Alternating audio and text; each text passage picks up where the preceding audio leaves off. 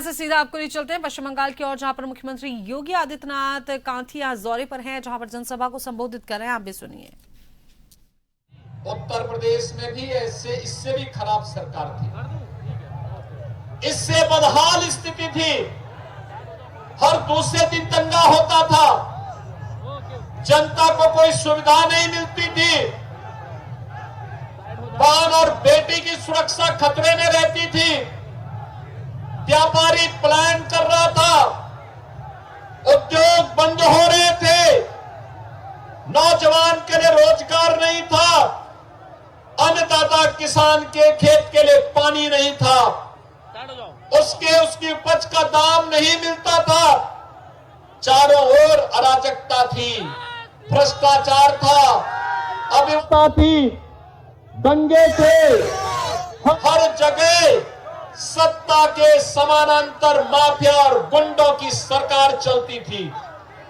बहन और भाइयों, उत्तर प्रदेश में 2017 में प्रधानमंत्री मोदी जी के आह्वान पर भारतीय जनता पार्टी की सरकार बनी।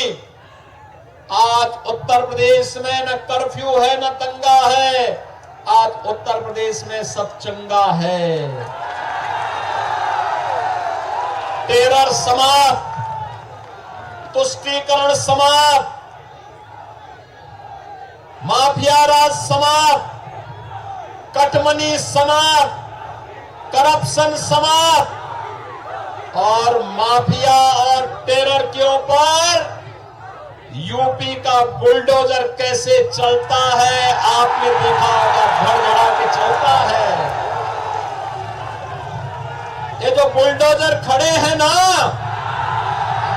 ये बुलडोजर सड़क ही नहीं बनाता है, माफिया की पसली को भी तोड़ता है, खूब तोड़ता है। बेटी और बहन की इज्जत पर हाथ डालने वाले गुंडे के पसली को मचल डालता है ये बुलडोजर। माफिया की संपत्ति को अपने कब्जे में लेकर के गरीबों के लिए मल्टी लेवल आवासीय सुविधा देती है, हाई राइज बिल्डिंग देती है, आवासीय सुविधा देने का काम करता है यही बुलडोजर। और वही कहने के लिए मैं आया हूं, आज उत्तर प्रदेश में सड़कों पे नमाज नहीं पढ़ी जाती है।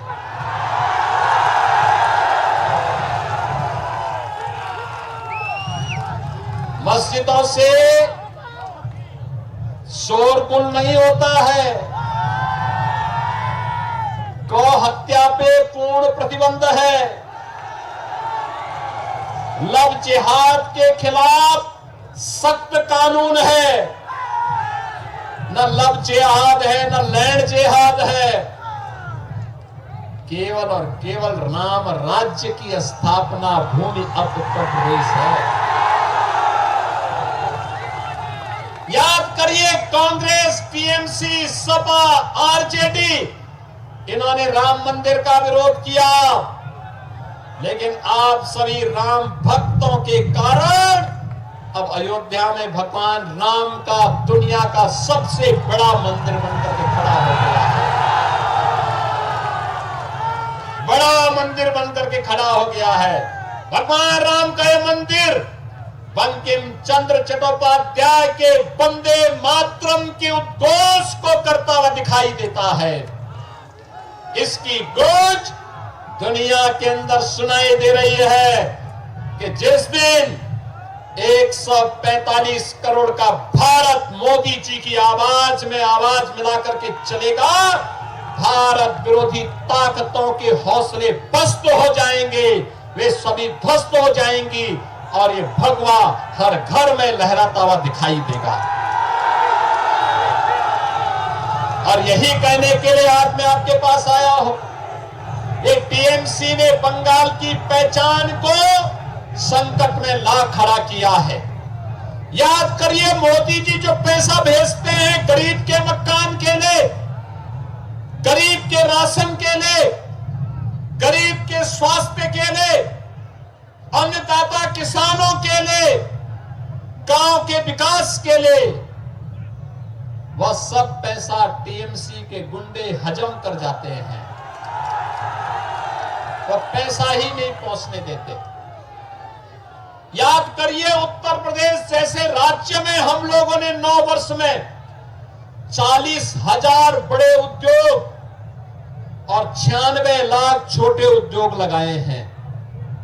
नोट करिए, 96 लाख एमएसएमई यूनिट और 40,000 बड़े उद्योग लगाए हैं। 3 करोड़ नौजवानों को एमएसएमई में, 65 लाख नौजवानों को बड़े उद्योगों में नौकरी मिली है। 9 लाख से अधिक नौजवानों को सरकारी नौकरी दी है। मैं कहता हूं, बंगाल की सरकार, टीएमसी की सरकार बताए उसने 15 वर्षों में कितने बंगाल के नौजवानों को नौकरी दी है, वो नहीं बता सकती।